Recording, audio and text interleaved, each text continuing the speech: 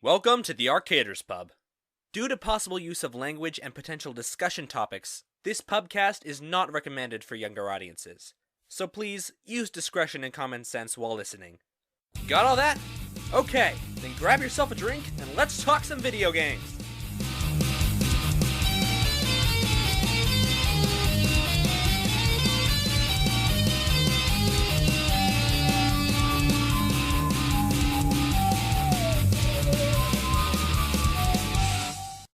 Okay, guys, after 1 week of not being here, I finally came here. Where's John? Wait, Request, did you eat him? Shoot. Dan, this is what happens when you don't give me your clones anymore. Hey! Sorry, the cloning machine kind of got destroyed. I know that was Request's fault too. Anyways, hello guys, welcome to the Arcaders Pub. Because Request ate John, I'll just become MC for the day. I'm your friendly neighborhood Rayquaza Rider. Joining me is Rhino. It's Ryan the Rhino, apparently. So, yeah. And the Holy Ninja Daniel. And today we will be discussing about fan games. Guys, one What? problem. Yeah. I can't get in. Oh shoot.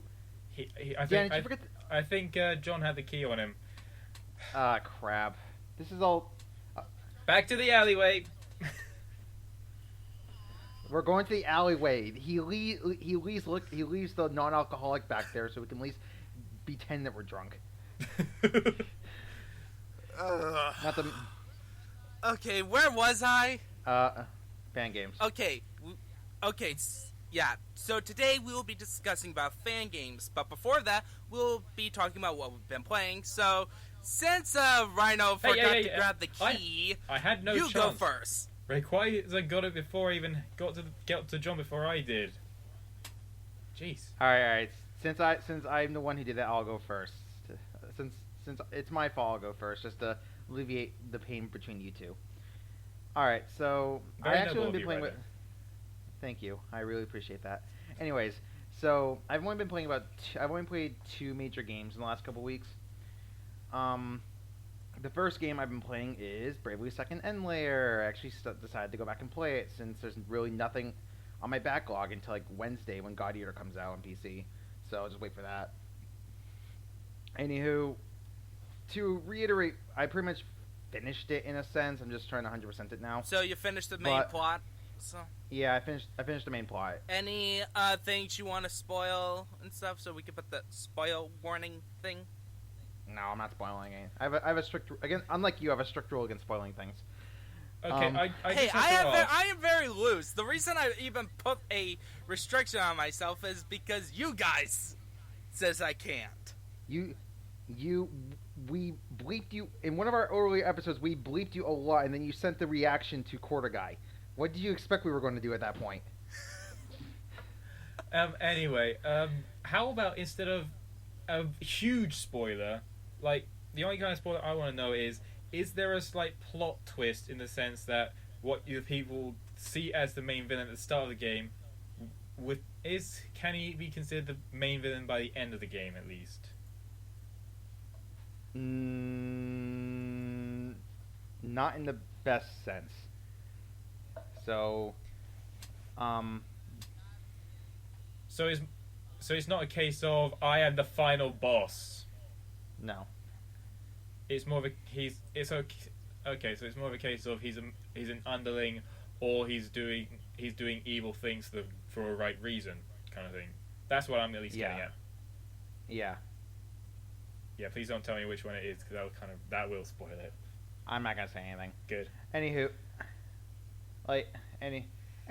on my overall thoughts in the game, it was really good. It was really good. I really enjoyed the game up to the end, especially when I got into the latter chapters. The story really picked up, and it really had a great conclusion of everything that happened. Oh, but man, some parts of it were trippy, like freaking Flowey Undertale trippy. So wow. I thought you needed to take some Class A drugs to get trippier than that.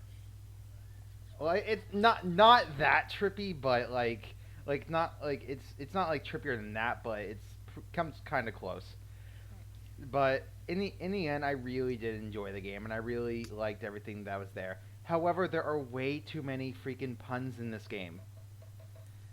I swear to God, there's a gym teacher whose name is Mr. Sweaty Tracksuit. Oh dear. There is a wife of a very wealthy man called Madame Golddigger. There's this up and coming guy called Go Getter. And that's just like a few of the puns that this game freaking has. Oh, and I can't forget about the bathhouse guy who makes a bunch of bath puns, or the cat girl who makes a bunch of cat puns. So, yeah, that game is just my paradise and my hell. So it's your Paradise Lost. Clever. Sure, Daniel, it's my Paradise Lost. Sure. Clever. But yeah, it's a very as usual, the gameplay is great, the music is great, and of course it fixed one of the biggest problems from the first game, which of course is the repeating sections. So I'm really glad they fixed that in this game. Overall, I beat you already. I don't need to repeat it 5 times. Yeah. Well, better get the cure spell ready. Really... We have to kill the zombie giant a couple thousand more times. Yeah. So it's... Why a cure spell? Just throw Phoenix down the bloody thing. Oh yeah, that's not like a... Yeah. Anywho, it's really fun. Though towards the end, I have a very game-breaking strategy that pretty much makes every boss, even the Nemesis type bosses, really easy. Because it pretty much makes 3 of my characters invincible. And one of my characters just a giant tank, and I can just keep waylasting. As long as the enemy's not immune to magic, I can just keep waylasting them. So that's ridiculous. Yeah. So I've been experimenting with that.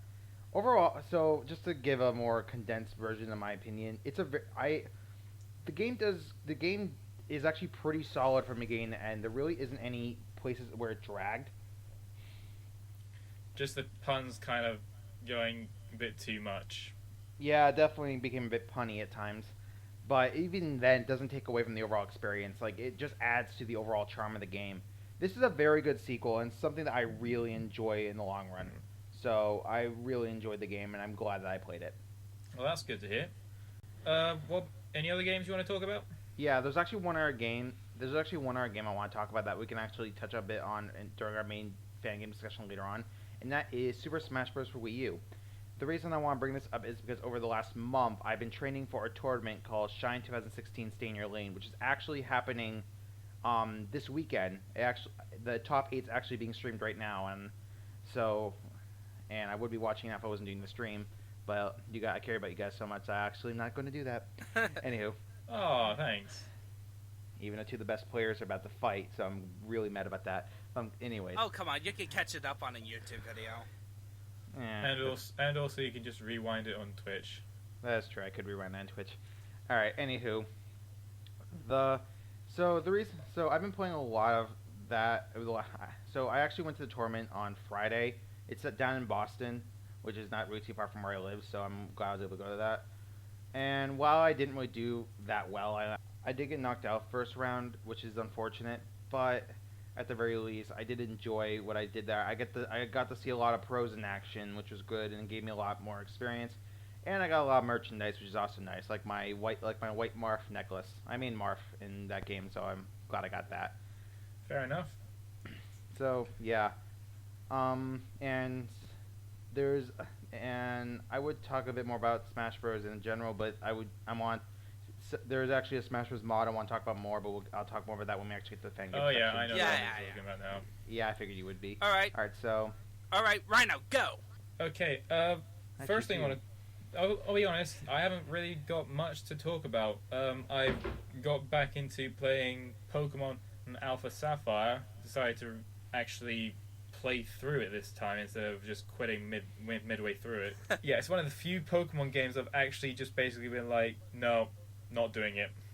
Only because they brought... I'm bored. No, it's not boredom. It's more because I feel like they ruined it by just shoehorning Mega Evolutions into the game. Like, midway through the main part of the campaign. Like, I think it's just after you beat the third gym. Yeah, we know that this is a remake of a Pokemon game before this new mechanic, but here's this new mechanic, and so we're retroactively wiping out the old game from existence. The thing is, I don't mind if they bring the Mega Evolutions in. I think that's fine to do. It's 6th gen remake of the 3rd gen game. I'm not going to complain about that. I'm only going to complain about the fact that you did it in the most lazy and absolutely dumbest way you could have done it. They could have made it this huge thing everyone knew about, but the thing is, if you built it up until to a point later on when you'd actually bloody need Mega Evolution, instead of just basically being like, oh, you want to know about Mega Evolution? Well, here you go, and to get you started, here's the Mega Stone as well. Enjoy your overkilling of everyone that comes in your way from now on, until you meet a trainer that has a Mega Stone. Which is like the team leader in that case. The team leader, two of your two main rivals, I believe, and also the champion. Rayquaza. Well, he's part of the end game. Yeah, he's a story. Post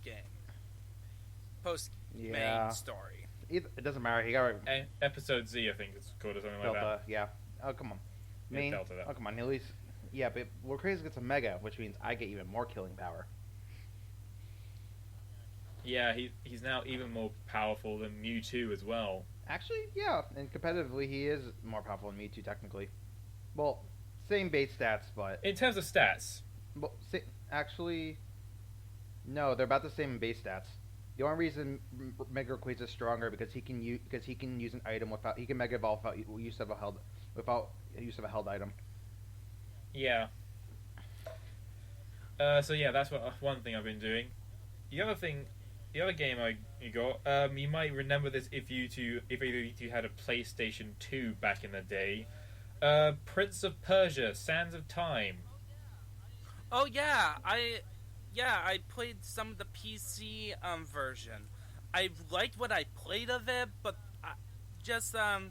the old gameplay mechanics. I just lost interest. I'm just gonna say this: it is one of the most unique games from that generation, though. You have to admit that. Well, yeah, I'm definitely admitting I liked the concepts what I played on. Like the Prince of Persia games, actually, I think is like one of the most unique franchises when it comes to like how they deal with action platforming. Like without Prince of Persia, we wouldn't even get Assassin's Creed. Yeah, I know. Because one thing, Assassin's Creed 1 was originally a Prince of Persia game, but also because Assassin's Creed took a lot of the game mechanics of Prince of Persia. Like free running. I don't think they do... Yeah, but I don't think... Like, based when I played on, like, Forgotten Sands, the last Prince of Persia games, I think it's better than on the platforming side than on combat. The Assassin's Creed games. Yeah. And also, let's put it this, but the thing is, there's some things that I've got to admit with that port that they've done wrong. Like, for example, I was trying to play it on my Xbox 360 gamepad, and it wasn't working. Oh yeah, the PC version, yeah, it's like one of those, it's a very confiscating thing. I had to look through forums to figure it out, and even then, that is one of the reasons I stopped playing playing the game, because I had it on PC, and yeah, it was definitely one of the more frustrating things, and I felt like the controls, because of it, trying to do certain movements, platforming challenges was a bit harder than I would Yeah, like and also the fact that you don't get as much control with the camera as you with the mouse as you would do with the analog sticks. And even then, I had trouble with the camera. Yeah. I'm remembering it back to when I played it on the PlayStation 2 back in the day, and even then I can remember some issues with with the camera. But it's definitely something they kind of fixed later. Yeah, as the game progressed, it was the first in the series, so I can look back on it and I'm just like, yeah, I can easily forgive I can respect it for what it was, but those issues will always stand out. Unfortunately, it's always going to be that little red mark against its name. I thought the original Prince of Persia was a 2D platformer.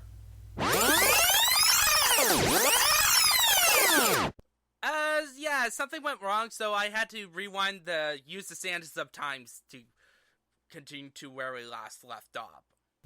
Okay, why are you doing the Sands of Time? Wait, what's the Sands of Times? I don't know. Because we were talking about Prince of Persia? Yeah. Prince of Persia. Kind of weird. I've got the dagger here, so don't know how you got it all of a sudden. I pickpocketed it. Oh, I get it, because you're a thief. No, I'm a ninja. Ninjas are technically thieves also, along with assassins. I class them as rogues. Which are still thieves. I just play Fire Emblem. It's just like, hey, ninjas. Oh, actually, this is actually a good segue onto my next game I want to talk about. Eon Altar. Huh? Eon Altar is a game on Steam that's coming out in episodes. It's basically a tabletop game based that you play on a computer. That's how I haven't heard of it. Up to 5 people can play the game at the same time using mobile devices with an app for it. And each of you chooses a different character. Each of you learns different things that you can some things you have to share with the group. Other things you can keep hidden to yourself. So it's like a computer game version of Dungeons and Dragons? Yes, and very well done as well. Because it is a case of if you are near your allies when you do attacks, if they're going to harm them, it'll also harm your allies as well. It's well designed, and I was able to play with my brother just yesterday actually, and it was really fun. So what this game is it again? Eon Altar. Is that on Steam? Yes, it's on Steam. Does it take an eon to finish? I haven't been able to play it fully yet, so I'm not sure. Okay. I'll probably assume it. And who was the guy who was complaining about a game doing puns? Why do you think I said it was my paradise and my hell? Yeah, technically it's your Paradise Lost. Okay, Dan. Well, okay. Anyway, they've also recently announced that episode 2 will be coming out soon. So if anyone's so it's an episodic game? Yeah. What's the main plot, if there is one? The main MacGuffin of Eon Altar is a thing called the Eon Altar. So creative. Yeah, it's kind of got this huge lore based around this one concept. The gods of the gods created the world using the Eon Altar, and then one of them basically had the whispers of darkness, and he killed one of the other gods. So, and after about 1,000 years, he was imprisoned within the Eon Altar, and he's trying to get his worshippers to follow him and join him at the Eon Altar for main MacGuffin stuff. Yeah. So, he could take over the world or destroy the world. No, that jazz. Exactly. You've got 5 different characters to play with. You've got an assassin, you've got a paladin, a sellsword, you've got a couple of mages as well. So that's unique. Like, usually it's just one of you is a thief, one of you is a cleric, one of you is a wizard, and one of you is a fighter. Have fun. Yeah, they've got a paladin, which is the cleric and fighter put together. And then an assassin, and then a sellsword or spell sword. They've got a sellsword. Is that like which is basically a magic sword? No, a sellsword is a mercenary. Basically, it's what most RPGs would class as a mercenary. Okay. He'll work for money. That's what a sellsword kind of does. And then you've got the druid, which is one of your magic users as well. Mm-hmm. And I can't. Oh, about those plans. Show moan. Pretty much. So yeah, it's a really good game if you have a few friends that you like to play like Dungeons and Dragons with. But if you feel like if no one of you want to be the dungeon master, that might be a good way to go into the game, into a game without needing a dungeon master per se. How much is it? You'll have to convert it to dollars yourself. But in terms of price, in the UK, it is £5 for the first episode and £11 for the season pass. So it's about like $10 for the first episode and like 20 for the whole season. I think it's more like $8 for the first episode and probably near 17 for the season. Yeah. Okay. Is that it? Yeah. Alright, so I'm gonna, I have just 3 main games I want to talk about. One is the game I actually finished called Ravenmark. So I just mentioned in the past couple episodes, I finally finished the main story, but one campaign. You see, the campaign has an epilogue campaign that you should completely avoid. Because what happens is that that epilogue campaign is actually a Steam exclusive, because the original game only ended in like those 5 campaigns, which tells a very good story.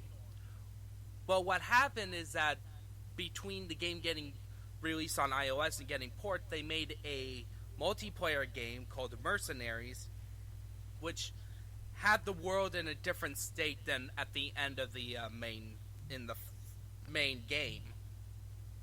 So this campaign was in short explaining what happened, but unfortunately this campaign has a lot of problems that it just made me not want to finish it.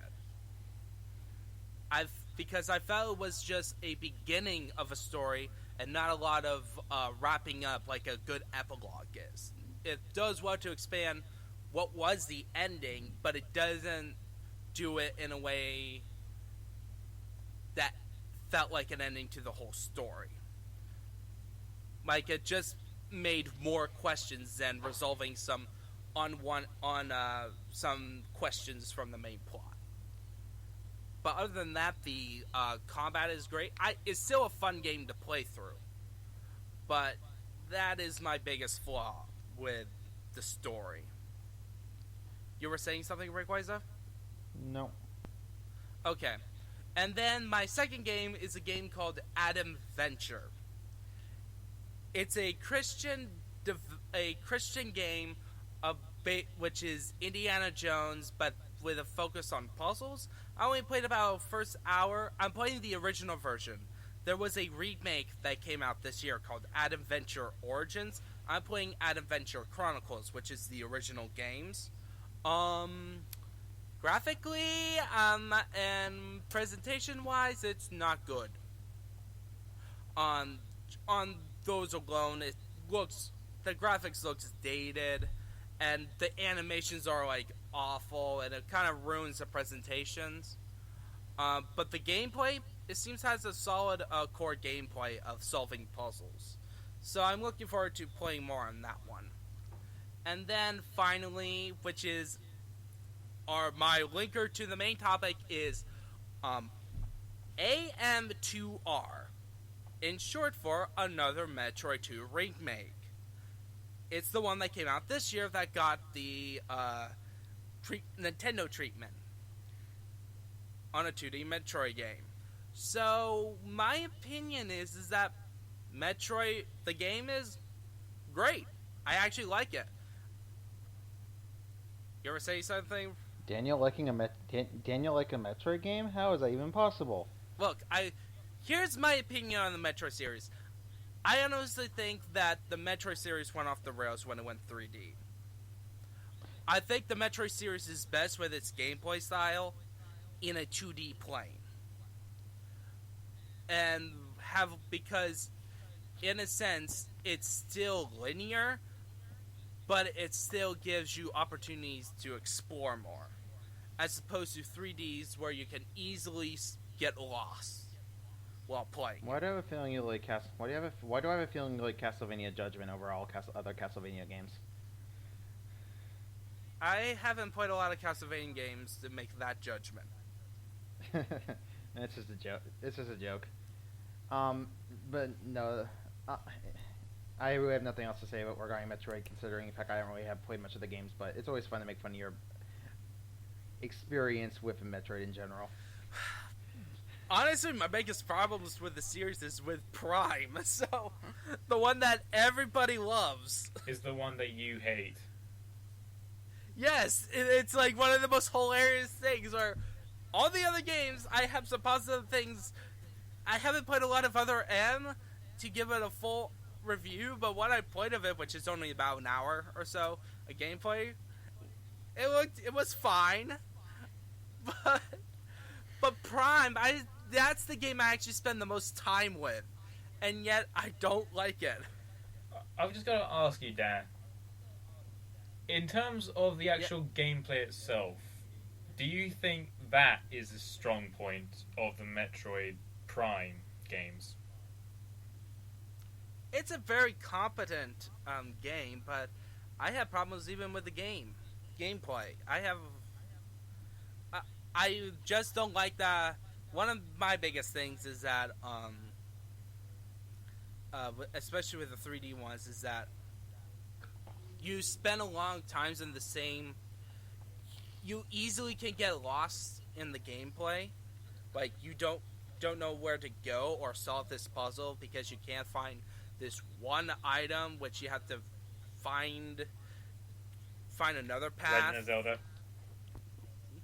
Well, the problem is that Metroid Prime, it has a whole world where you can easily pop out into an out of order a bit more than Zelda. While Zelda is a bit more straightforward, like all the stuff you need to complete this dungeon is in this dungeon. I feel like with Metroid, it gives you the impression that you have to explore more of the world to even find the solution to this one puzzle. Or you have to find this one boss to fight. And which is another problem. I do not like the bosses in Metroid Prime. From the place where you had to battle a whole hornet's nest, which you can easily win by spinning your character around shooting to kill off all the bugs, to the annoying fight with the plant. So yeah, I have a lot of issues. I'm pretty sure none of them beats the Spider Guardian boss in Echoes. I haven't played Echoes, so I am willing to try out more of the Metroid 3D Metroid games. As for maybe the most likely that I would enjoy more is 3 because it seems to have a more narrative.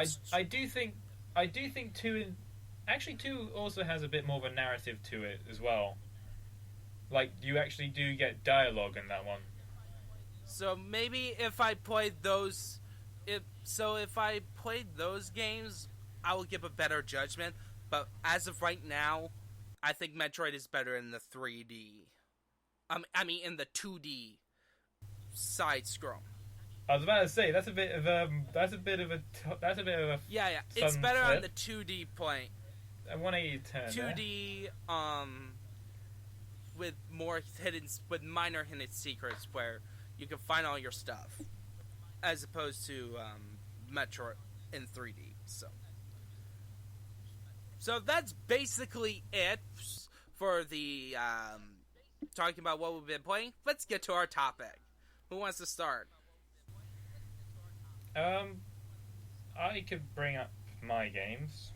Yeah, so we're talking about fan games because of course, the recent news about Nintendo's with two big cases with Nintendo sending out cease and DMC takedowns on a couple of games. One was the Metroid 2 remake, and the other one was Pokemon Uranium. It was.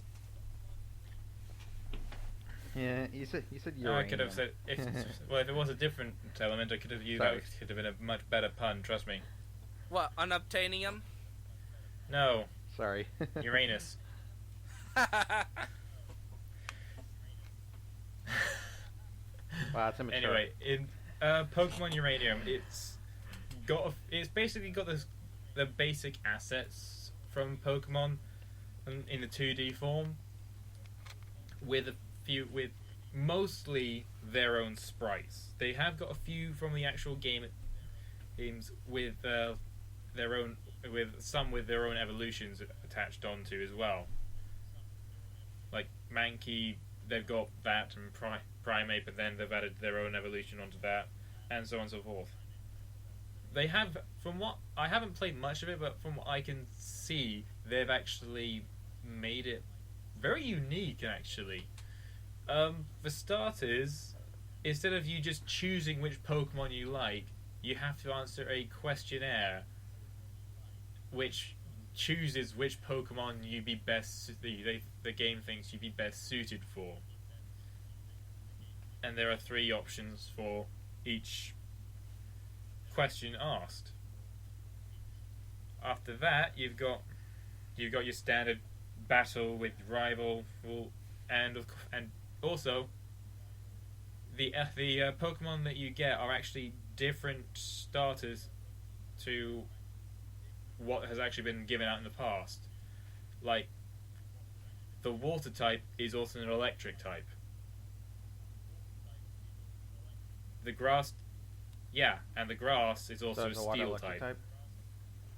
I don't know what the fire type is because I didn't see that one. But I just thought that was really interesting on why they did that, and also the typings that they've given. Also, for those kind of people that like a challenge, they've also added a Nuzlocke mode onto it as well. So if you lose your Pokemon in the game, it will actually remove the Pokemon from your party. Oh. Yeah, it does say if you'd like to play a regular or Nuzlocke. It's like with Fire Emblem Awakening and Birthright. It gives you the choice between you playing Classic or Modern.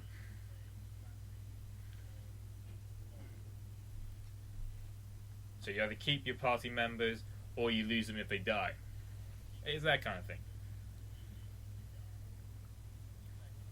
Yeah. So, that's actually pretty common in a lot of Pokemon fan games, just adding in Nuzlocke or other different types of locks. Plenty of people have already managed to do like hacks for the latest Pokemon game, like a randomizer for Nuzlocke like that, which, fair enough, it's been out for a while, so it's easy enough to do. And I'm pretty sure that's going to be coming out like a month after Sun and Moon comes out, which will mean December will be a great Christmas for some people that like Nuzlocks. Yep. But I can't really speak too much about Pokemon Uranium because I haven't played much of it. Because I've got a lot of things in my backlog that I want to try and get through if I can. Do you mind if I take a crack at the Pokemon Fan Games? Because I just got one major question, Rayquaza. Have any of the fan games you played got the DMCA takedown notice before? A couple, but I'll get into that, and this is why. When Pokemon Uranium was finished, it got a lot of media attention. Like, I saw it on Gamenesia, Kotaku, IGN. I saw a lot of coverage. on it, which is weird because it's the first time I saw a major Pokemon fan game get that much attention. Because if you look online, there's a crap ton of Pokemon fan games out there. If you're talking about ROM hacks or just or just main RPG Maker fan games like Uranium, there are a lot of them out there. Like some, like there are some of the more other popular ones are like Pokemon Reborn, Pokemon Insurgents, Pokemon Zeta, Omicron and Zeta, Pokemon Island, Pokemon Raptor EX, Pokemon Heroes. There are a bunch of them out there. But the only other one that I've seen get the DMCA treatment is Pokemon Fusion Generation, which was a Pokemon game where pretty much you fuse different Pokemons together and they become new Pokemon. You know, like how sometimes you see those Pokemon memes online where it's just you combine two Pokemon and become a new Pokemon in general. I'm pretty sure they did that. I'm pretty sure the Pokemon company in Game Freak decided to use that idea with Trump and a Weasel. Yeah, pretty much. Anywho, yeah, it's to that. There have been some Pokemon games. There also have been some actual like Pokemon hacks where Pokemon games that were existing Pokemon games that were hacked to make it harder also were taken down. Which I'm trying to remember what it was called. I think it was Pokemon Blaze Black and Volt White, or something similar to that. It was a hack of Pokemon Black and White that got taken down. I actually have it somewhere, but that was taken down a while ago. A lot, especially when this was especially back when Mega Upload was completely taken down in general. So a lot of hacks were lost that way. But nowadays, with a lot more file streaming sources, more hacks have been able to be freely distributed amongst others. And if you still look around, you should be able to find like unofficial links to Pokemon Uranium online. Like, it's very hard to believe they're gone. Best way, of course, is torrenting, though I would never actually recommend torrenting anything. Or if if kind of legal. Another way is that if you really want to play a game, just find somebody who you know who has one. Like, if I really want to play Pokemon Uranium, I could ask Rhino for like, hey, can you copy your files, send like a little file thing, send it my way, and he goes, yeah. A funny thing about Pokemon Uranium is that actually, from what the developers said, it actually got downloaded 1.5 million times before they decided to take it down because of fear that Nintendo was going to send them a takedown notice, which of course they eventually did, but considering the fact they got downloaded that many times from being a fan game was absolutely insane. Now, of course, doesn't necessarily mean that many people actually played through the game in general, since with how many games are coming out these days, that I don't think that many people have the time to play a big game like Pokemon Uranium.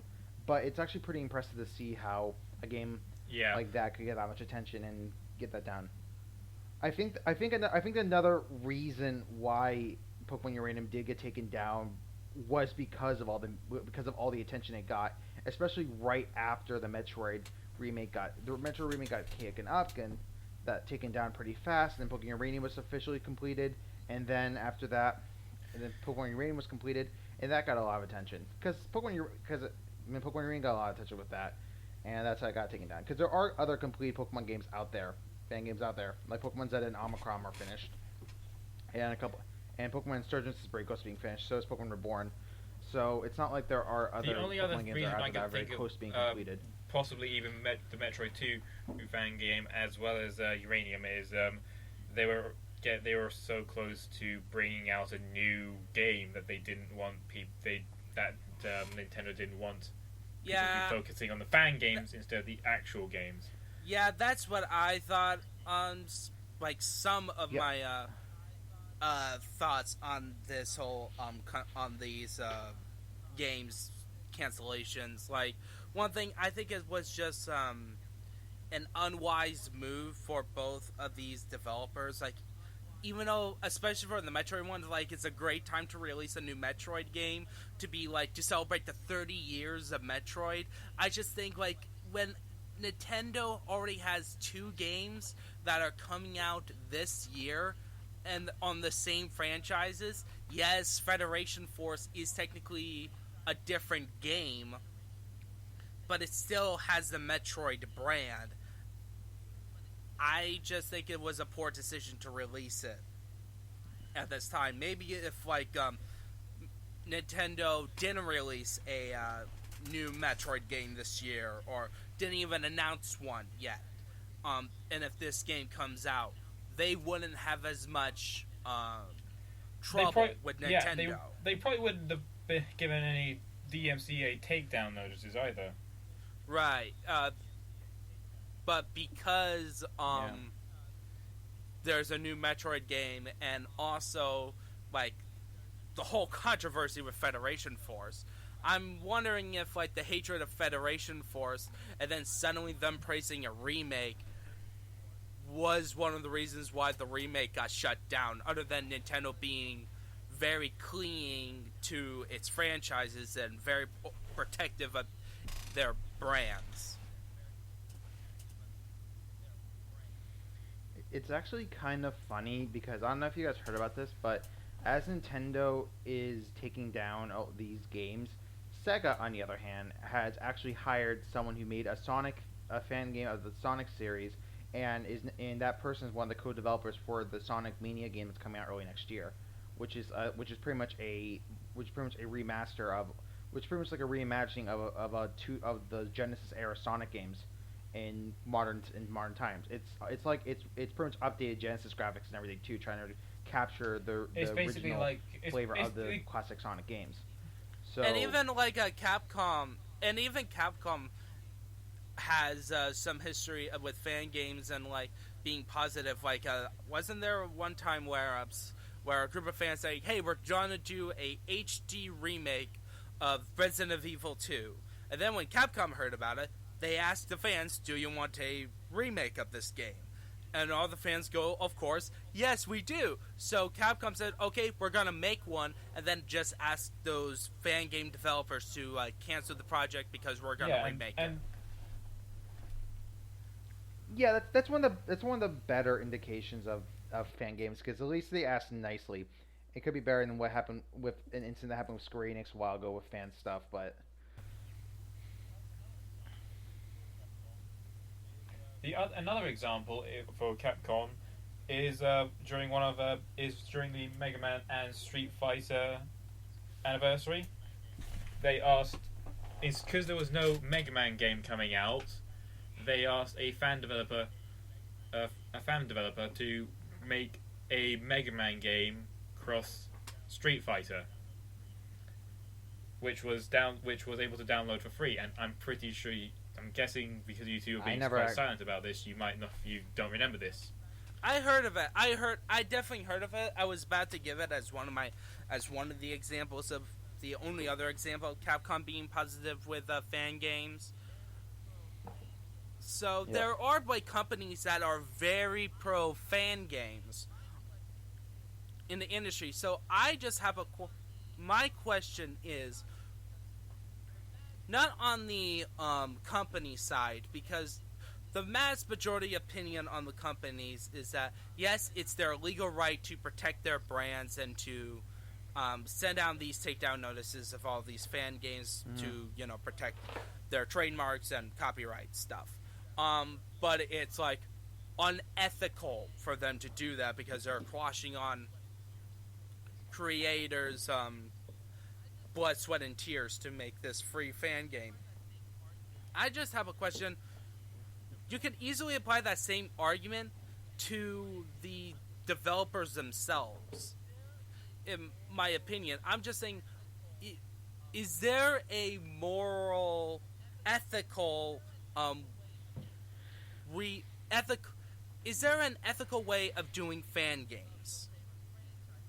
Because, yes, you are making a game of your favorite franchises, but then again, you're copying assets of the of said brand and making your own game of it. And even though you're releasing for free, you could potentially still take away sales from a purchase game. What you're basically hitting at there is copyright infringement.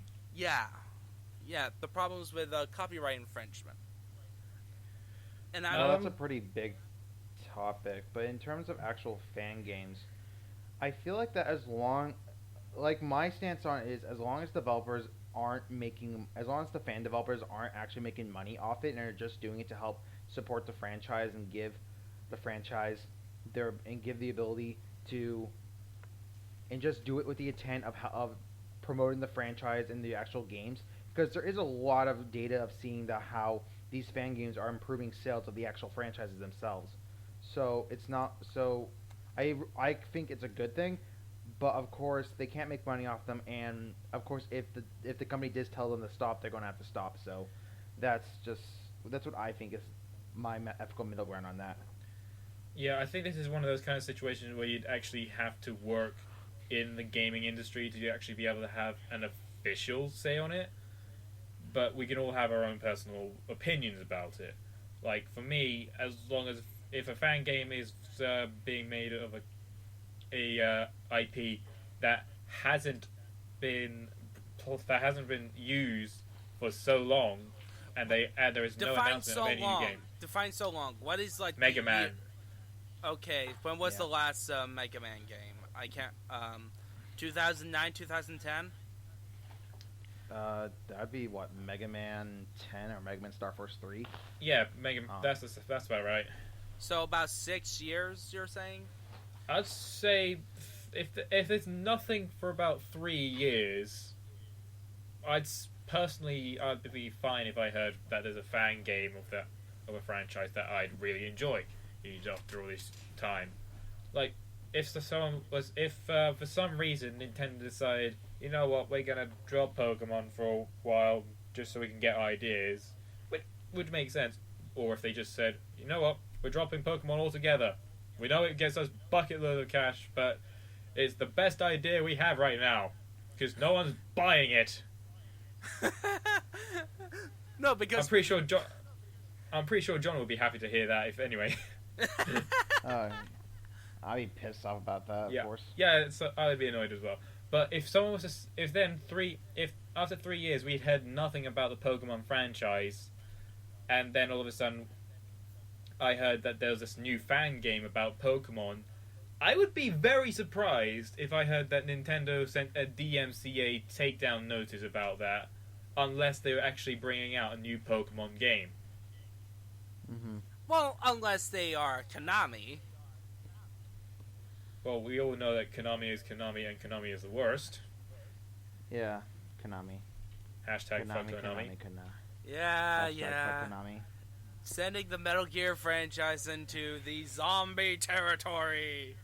Alright, that's for another day. We're not getting into that now. Please, no. Anywho. It was a joke. I know. I think I can bring up a way that both fan game ethnics actually works well in the favor of both the fan developer and the company. Which is Black Mesa Source. Oh, okay. right. Yeah, that one. Which is which is basically using the Half-Life Source as engine for Half-Life 2 and even the new Counter-Strike Global Offensive, and then using that as the base model for making the original Half-Life all over again.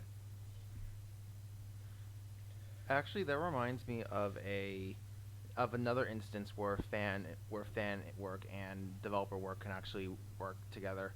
In that regard, is a while ago, back in like 2008. Actually, if Jonathan was here, he'd probably know more. He'd probably know a little bit more about this. But back in 2008, the XC Games was doing a localization of Ys the Open Lagana for PlayStation Portable, and because they were because they just got the rights to localizing the Ys franchise, they actually decided to use a fan translation and a fan dub of the actual game as the voice acting for the PSP version before making their own translation in 2012 for the PC version. So that was another instance where they did that, and of course they also paid those fans for the use of their work as well. So that was pretty interesting to see. Wow, that is actually something. Yeah. Maybe if Nintendo does that with with Metroid 2 remake, that would be hilarious. Yeah, that's never gonna happen. It's because as Jonathan will agree, for me, Xseed's Xseed and Nintendo's Nintendo. And also, even though Nintendo is trying to catch up in terms of being more modern in terms of how game developers and game publishers are nowadays, I think we can all admit that Nintendo is still basically the old man sitting on his rocking chair on the porch. Well, when it comes to the PR department, yeah. Pretty much. They still have a very crappy PR. Yeah, their PR department is just sitting in its retirement home on their rocking chair with their cane next to them, just rocking themselves forwards and backwards like they're Cranky Kong. Yeah. It's just funny. I get it, because Cranky Kong's a Nintendo character. Yep. Yep. And then you got the actual developers, which are Donkey Kong and Diddy Kong, which are actually doing stuff to get out there. Yeah. Well, for me, my opinion on the fan games thing is that why not just make a new property, a new IP for your game? You can use the mechanics of your fan games. Like, there was a Supreme Court case involving a tabletop situation where there's this tabletop game called Bang, where you're cowboys and you are shooting each other, and one of you is the sheriff, and there's two sides, sheriffs and outlaws. The outlaws try to kill the sheriffs, the sheriff kills the outlaws, yada yada yada. Well, a Japanese company made the exact same game, but they just changed the art to and the theme to more of the Three Kingdoms, or like ancient China. And of course the Romance of the Three Kingdoms. Yeah, Romance of the Three Kingdoms, or that period. And of course the original makers of Bang sued them, and the Supreme Court kind of ruled is that you can still use the same mechanics in the game. Like, you can have the exact same rules, but as long as you change all the other IP copyright infringing, aka the art or the terminology, then it's okay. That's kind of bullshit. Yeah. Actually, no, that's not. Because think about this: how many roleplay games, like tabletop roleplay games, use pretty much the exact same mechanics and rule sets, just with some alterations? Okay, you got me there. Yeah, and not to mention, Magic the Gathering would have been suing Hearthstone a long time ago. Yeah. Yeah. Yeah, exactly. I can't really deny that. And there's also, but the only thing I can see that can be a problem with that are these big name publishers and developers going against the underdogs, these small developers. Well, the thing is that as long as the certain video game mechanics aren't copyrighted or trademarked, which everybody can, if they really wanted to, can look up and see if certain mechanics are trademarked. It wouldn't be much of a problem because, come on, the Metroid style gameplay, Metroidvania, yeah, is very prevalent. Like, if Nintendo has a case to Nintendo or Konami has a case to sue smaller developers over game mechanics problems, they would have done it when those games were showing up, like Ori, Ori or Axiom Verge, or even Nintendo could have sued Castlevania Symphony of the Night because you ripped off Super Metroid. But I don't think that would have actually gone through at all, because that is an actual IP belonged to different Konami. Well, they would be claiming on the game mechanics. Like, you're going through a big castle, you're exploring to find items to complete your mission. That's the thing, is that, so you can still, my point is that you can still have those same mechanics, like those Metroid-style mechanics, but you could easily just slap a new sprite work or like a new IP and make your own story around that. And and just say, hey, this is heavily inspired by Metroid, and then all the Metroid fans goes, yay, we'll go a Metroid game that is not Metroid. That's what I remember watching a video when I heard that Pokemon Uranium was a thing, and then the next day I heard that it was taken down by Philip DeFranco, and he actually just basically went up and said, well, you can just use the same mechanics, but you just change them things up. Like, you're instead of hunting Pokemon, you're hunting spirits. And you're trying to either purge the spirits or capture them and use them for yourself. Oh, okay. That was my joke. Yeah, I don't think he realized at the time that he just basically already named a game that has been made by. You could have just Nintendo. said like monsters, like small monsters or something. Like Jade Cocoon did that. Well, you get my point. Is that you could come up either with a new, cool, something different. Yeah, that's similar not exactly but the same. different. Similar but different. So my whole opinion on the fan games is that could you be more creative and save yourself some sweat of some trouble with bigger companies, unless the companies you're making the fan games of is one of those very linear companies like Sega or even Capcom. They're a lot more lenient than like Nintendo. Yeah. The only thing I can actually say is if you're going to make a fan game, which is going and then make it into an independent, your own thing, and its own IP, you could basically release copies of your fan game to like friends and family and stuff like that for them to try out, and then get feedback on what they could change so it becomes their own. Yeah. You could basically do almost the same thing as like doing that whole blog side of like, oh, I'm having trouble. I'm making this art and talk about how difficult, and you can even say, here's some beta things you can.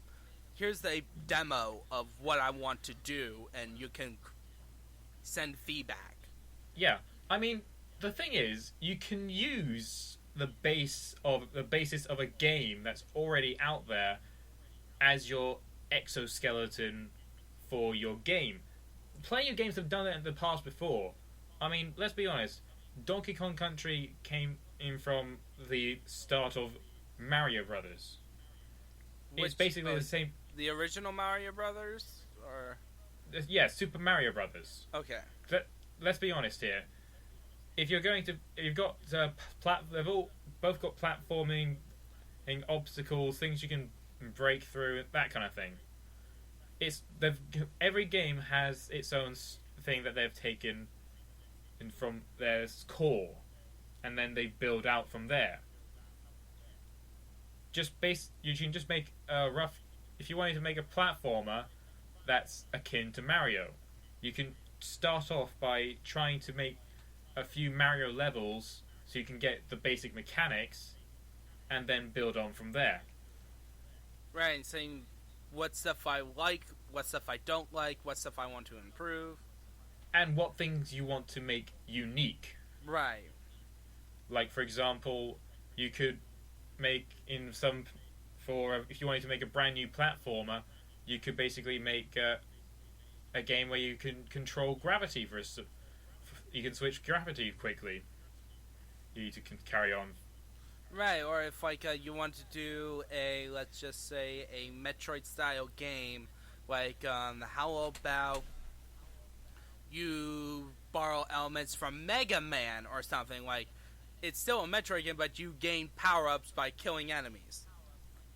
Or something like that. Like that's very unique for a Metroid game. aka not Metroid game, like your Metroid not Metroid game. But it's still Metroid. Yeah, that kind of thing. So how about have any other thoughts, guys?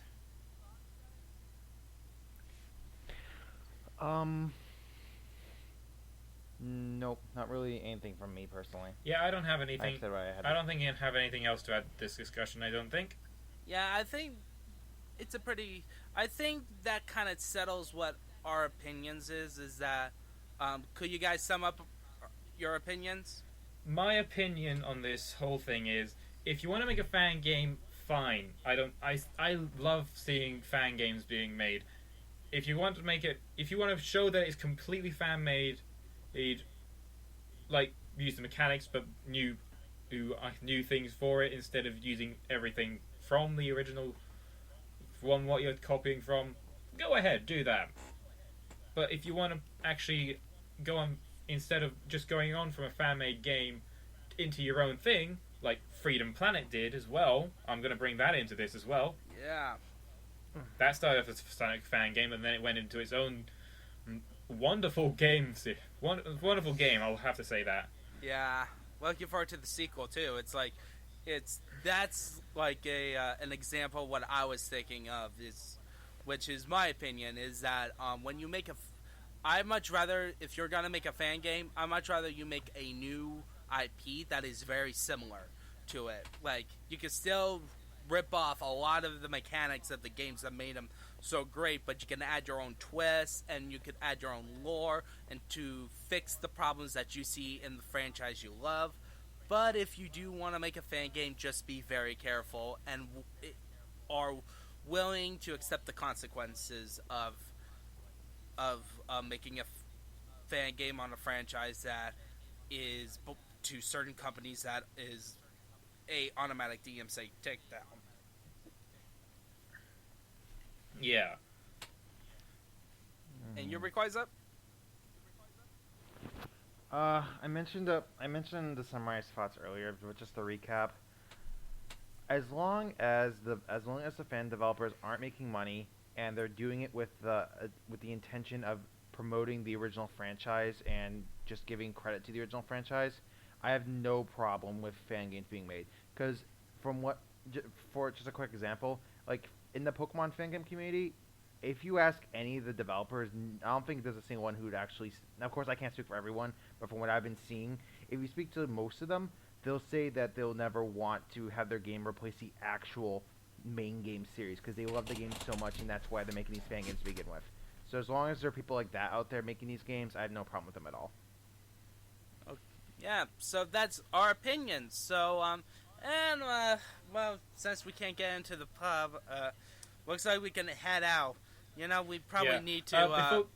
One thing I do want to say, John, I know you're going to be watching this when it comes out, so do us a favor.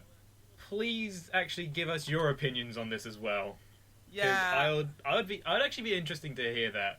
Yeah, if you guys have any opinions, most likely it'll be in the comics. You could make comments on the comic section, you know, all that fun stuff. So looks like we'll have to figure out a way to get John back now. I'll go down. I'll talk to Hades. I can probably get Rayquaza to regurgitate. I just need some Pepto-Bismol and the entirety of Mon Camp. I could always go get some. I could always go get a load of cola and Mentos. That will. Do we want to have Jonathan smell like Nazi or Pepsi or Coke? Well, we can use cocaine too if you want to use a different type of coke. All right, we're talking nonsense now. All right, I'm Daniel Van Dyke, aka the Holy Ninja, and joining me today was the Rayquaza Rider.